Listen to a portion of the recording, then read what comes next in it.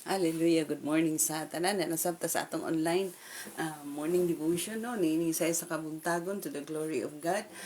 Pasalamatan nato ang Ginoo kay gipukaw ta nya gi-enable ta nga mobangon unya ipabuka pa nga atong mga mata niini sa kabuntagon but pasabot nga ang kaluoy sa Dios bag-o gyud kanunay matag sa buntag. Come on, let's start the day right by worshiping our God. Amen. Sa presensya mo ako nagatinguha pagapuon mo himayang simbahon ka kay ikaw ang aming Diyos. Sa presensya mo ako nagatinguha pagapuon mo himayaon simbahon ka kay ikaw ang akong Diyos.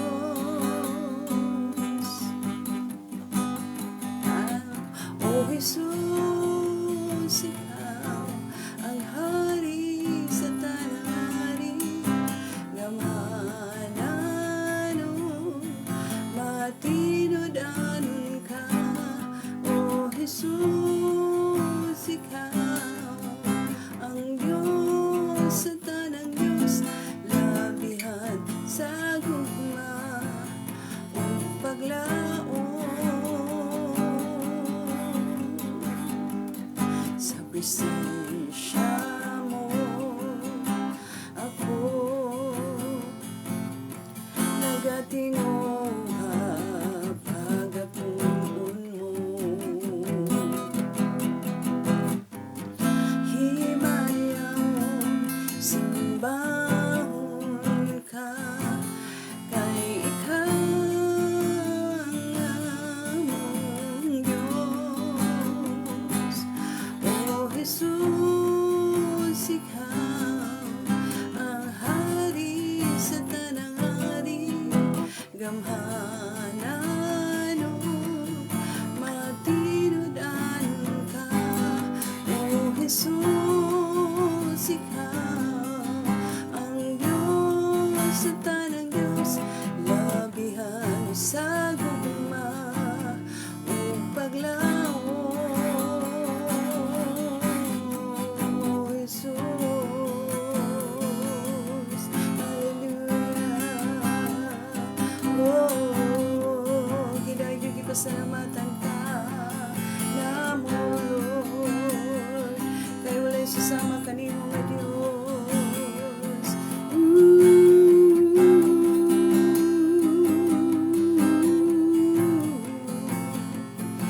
Hallelujah. O Jesus, ikaw ang hari sa tanang hari, gamhanan matinod-anon ka.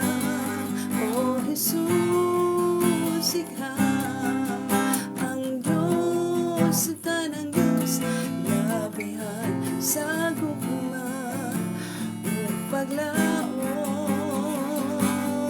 O Jesus, ikaw ang hari sa tanang hari, gamhanan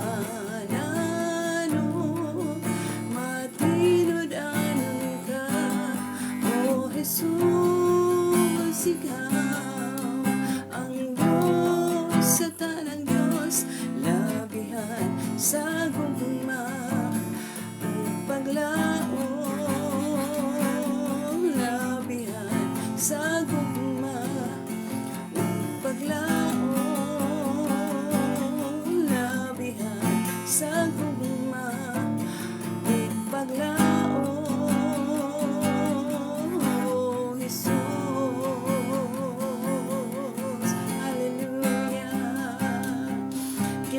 pasalamatan ka namin, Lord. Thank you kayo, salamat kayo, Ginoo, Lord, nga naghatag na usab ka kanamo another day. Aron na pasilunggan ka namo, Lord, din sa online, O God, matukoy namo ang imong mahal nga ngalan, Lord, din sa online, O God. O salamat kayo, bisan pa tibok abi Ginoo nga pakiguban nimo kanamo, Lord, pag-provide o malinaw pinanok nga katulog, Lord. Thank you kay kalidad nga katulog, Lord. Thank you kay sa imong pagpukaw nga imo pa mi gipamuka nga among mga mata nining size kabuntagon, O God. Kabalugid ka, Lord, nga we totally depend upon you, Lord God. O bisan pa ang imong mercy nga bago kanunay matagsay sa buntag. Bisan pa nining laing matahong nga adlaw, Ginoo, nga Wednesday, Ginoo, Lord, nga makahimo na usab kami pagpamuhat sa mga buhaton nga may kalambigitan sa imong kahimayaan. Labaw tanan makapadayon kami sa pagkinabuhi, ilabi na sa kinabuhing Kristohanon, Lord. Thank you kaayo, Ginoo, nining tanan prayer meeting namo niya sa gabi, Amahan. Salamat ug salamat kaayo, Lord, sa kahigayunan na usab nga masinati namo ang imong gamhanang presensya, O God. Laygon ka, Lord, walay katapusan, Amahan, dugong himaya imuha, Lord.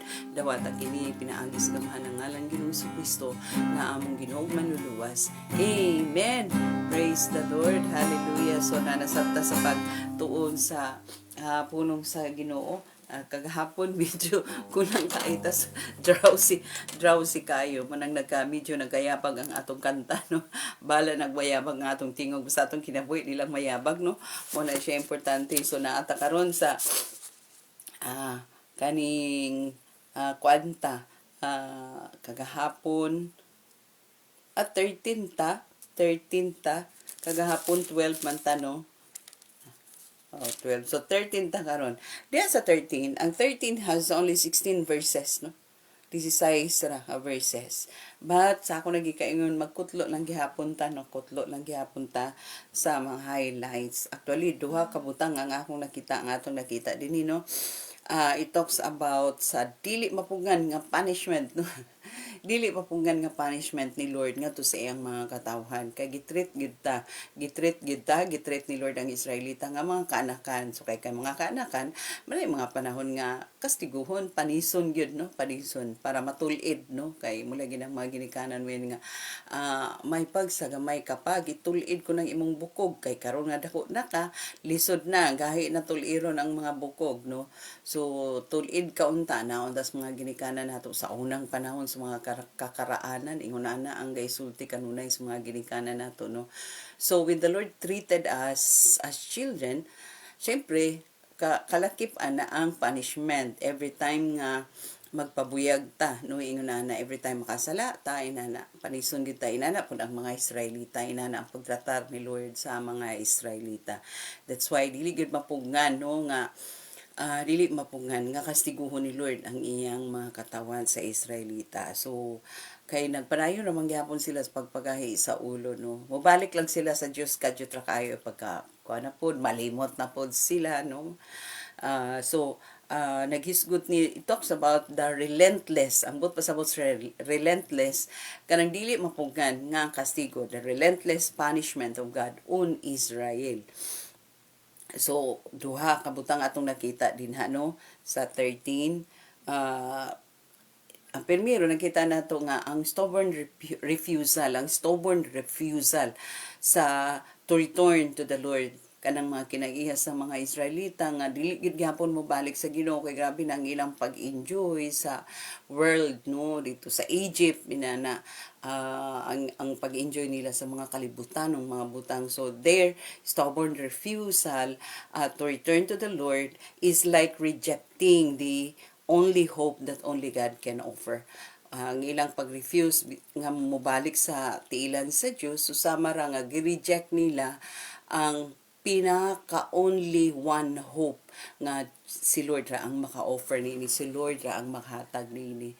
So kita mga Kristohanon, every time magkumbiktar si Lord nga inana, dapat lihukon din nato immediately return back to the Lord, no. Repent immediately and return back to God diha, no, kay kung dili ta mo balik diretso sa Ginoo sa paghinulsol, grabe na ang conviction, nakasalata, sayop ta, nagpasagad ta, paturatoy rata pag naay conviction sa Ginoo nga inaana balik diretso sa Ginoo. Kuan diretso timbakwas diretso balik diretso kay kun dili it is just like rejecting the only hope which only God can offers. So inanang nahitabo sa mga Israelita during the time na conviction balik sa Dios ana na si Hosea. Kamo nga mga katawhan balik mo return to the Lord ana. Pero they refuse to return to the Lord, which is the only hope, no? Sa atong kinabuhi, Diyos ragyod, bisan unsa pa magkayamukat man ang atong kinabuhi, magkabalintuwang man atong kinabuhi because naay daghan nga mga consequence of every wrong mistake o every wrong decision nga gahimo nato na mga panahon ka suffer ta sa consequence, but whatever it is, balik diretso sa Ginoo. Timbakwas diretso balik diretso kay kung dili it is just like rejecting the only hope. Ang Ginoo ra gid ang atong pinakapaglaom, no, the only hope that only God can offers. So manang isa ka butang nga nakita nato, no. Then ang ikaduha nga nakita nato, there are three figures of punishment or form of punishment nga nakita nato dinhi, no. Kung basahon nato ang chapter 9 to 16, 16 kung basahon nato ang chapter 9, chapter 13 di ay verse 9, usay tag litok sa mga chapter o sa mga verses. Chapter 13 verse 9 to 16 kung ato na siyang basahon, na ay tulo ka figures of punishment nga makita nato dinha or form of punishment nga makita nato diha. The first one is the incompetent king. Laglagon gihapon sa Ginoo kay naay mga hari pero walay kapuslanan, dili sila makagiya, mura sila mga giya nga mga buta, dili nila magiyahan og insakto ang mga katawhan sa Dios. So wala gyapon laglagon sa Ginoo ang mao nga mga dili Dios noon nga mga kings or rulers, no. Laglagon lang gihapon sa Ginoo. That's the first one nga nakita nato diri nga figures of punishment. The second is the unborn child. Makita nato dinha, no. The unborn child. Ang buto sa puta ni unborn child, if the people of Israel will continue to refuse to return to the Lord, they are like they are like an unborn child nga dili gusto mo gawas tagangkat sa iyang mama, dili gusto siya mataw, dili siya gusto kanang he refused to be born diya sa iyang mama. Murag inana ang mga Israelita kung padayon sila nga mag-refuse to return to the Lord, mura sila og mga unborn child nga dili gusto mataw, no. Para raguda sa mga karong panahon na sa atong panahon karon nga kanang magsangyaw ka sa pulong sa Ginoo nya dili mo dawat ang tao, they refuse to be born again, o dili nila gusto nga matawo sila pag-usab kay ang nagtuo sila nga ang born again pundok ni siya, reliyon ni siya, kaning kuani siya, organization ni, no, dili ni personal encounter ni niya, no, when you return to the Lord. This is one thing nga ma-encounter sa katao, no, personal encounter sa katao kung ang tao mubalik na sa Dios, kung ang tao maghinulsol na, kung ang tao magtinguha ng maluwas, no. So maborn again sila, personal encounter nila sa Ginoo. So mataho sila pag-usap. Pero ang mga katawan sa Israel, they continue to refuse to return to the Lord. And they are like an unborn child who refuses to be born. Pero silang mga inaana na nakuha na to na din sa atong sa chapter 13. So that's the second figures of punishment nga nakita nato diri nga mura silang. So pag-abot nga ng panahon sa punishment, no, kanang period of punishment na sa Ginoo nga himuon sa Ginoo sa mga Israelita, inaana ang mahitabo sa mga Israelita. They are like an unborn child who refuses to be born, no. Sa atong panahon karon dili lagi sila na sa Bible na sa dangban, dili sila moduol because they refuse to be born again. Kaya sila nga ang literal ang ilang pagsabot sa born again, no. So inana ang kahimtang sa Israel during the time of Hosea. Dayon ang ikatulo is naigisgutan diya nga withering wind of God. Ambot pasabot sa withering wind of God nga moabot gyud ang kanabitang hangin nga nagsumikad sa Ginoo. Moabot ang hangin nga kini nga klase nga hangin kanang is a form of punishment nga moabot mudangat diha sa mga katawhan sa Dios sa Israelita. Unya delikado ni nga withering wind that comes from the Lord tungod kay mga tunaw ang tanan nga mga butang, mga magmala bisan ang mga kasubaan, no, magmala ang ilang katubigan, no, magmala kung kuan ka siguro kung mga anang katanuman nila, mga tanom, no, magmala until malaya gyud, no. So kung inana nga form, no, ang mahitabo di aman sila maglisod sila sa pagkaon, no, kay magmala mga laya ang tanan nga mga katanuman nila. So aman sila mukuha og kuan. So they will continue to go to Egypt, they will continue to trust in horses and chariots, no, kanang kanta nga they trust in horses and chariots. Ampot pasabutan nga gasalig sila sa mga tao nini nga kalibutan, gasalig sila sa mga resources nini nga kalibutan. They do not trust in the Lord. So padayon lang gihapon sila nga ingon ana ang gawi nila, which is mosamot gyud nga dili may maya ang Dios. So one figures of kaning punishment, no, or judgment ngay muon sa Ginoo sa ila is moabot ang hangin, withering wind.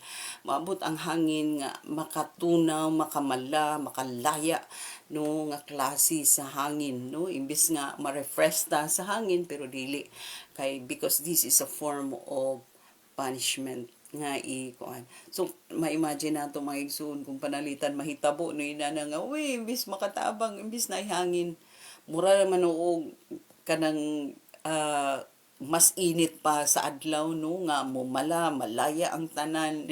ikaw pod nga tao halos masunog ka, halos wala na unsaon na lang ang tubig, ang hangin, no, ang tubig mumala, ang hangin dili makatabang na. So kung pananglitan himuon gyud ni Lord sa atong panahon karon, may tabo man gyud na in the great tribulations that will come before the great day of the Lord Jesus Christ comes.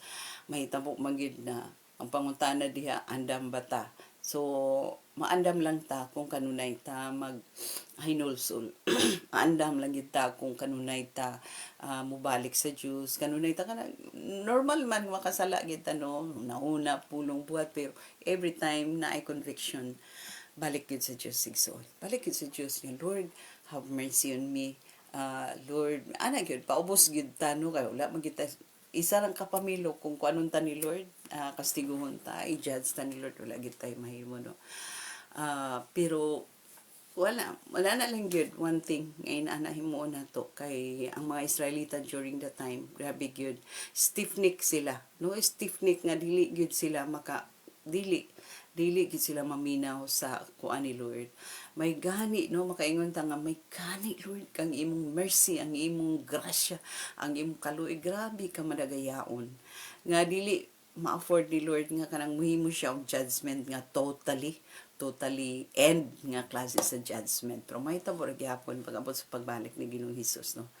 Amen. Naot nga natay nakutlo karon sa atong gihisgutan diri sa chapter 13 sa Hosea. Amen. Napangandaman gyud nato, no, kay wala dili na drowsy, wala na nagduka, no.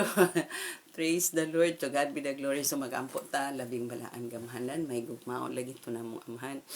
Nagapasalamat gabi kaayo Lord nga ikaw ang Diyos kanunay nagapainomdom, kanunay nagakumbiktar, kanunay nagagiya Ginoo sa mga butang nga ngayon na himuon Lord God, for your glory alone Lord. Salamat kaayo ini bisan pa man nagapray kami sa mga kaigsunan nga manarbaho karong adlaw Lord, adlaw karon nga Wednesday, work day o God, among mga pag-ampo Lord nga imo silang pagaubanan sa ilang trabaho Ginoo, tagaan nimo kasayon, kagaan ang ilang kasing-kasing sa pagdumala sa ilang trabaho Lord, kung doon na manggaling mga bugat nga mga trabaho nga ipabuhat sa ilang mga boss.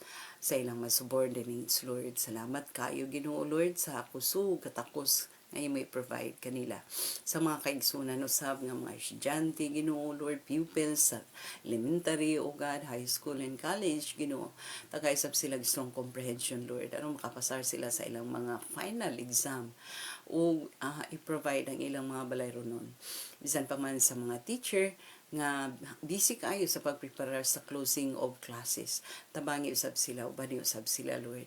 Sa mga kaigsunan nga nay mga online nga trabaho, Ginoo, tagay usab sila kaalam, pag-manage sa ilang trabaho diya sa online, Ginoo, tudloy sila sa pag-honor kanimo kanunay diya sa online, oh God.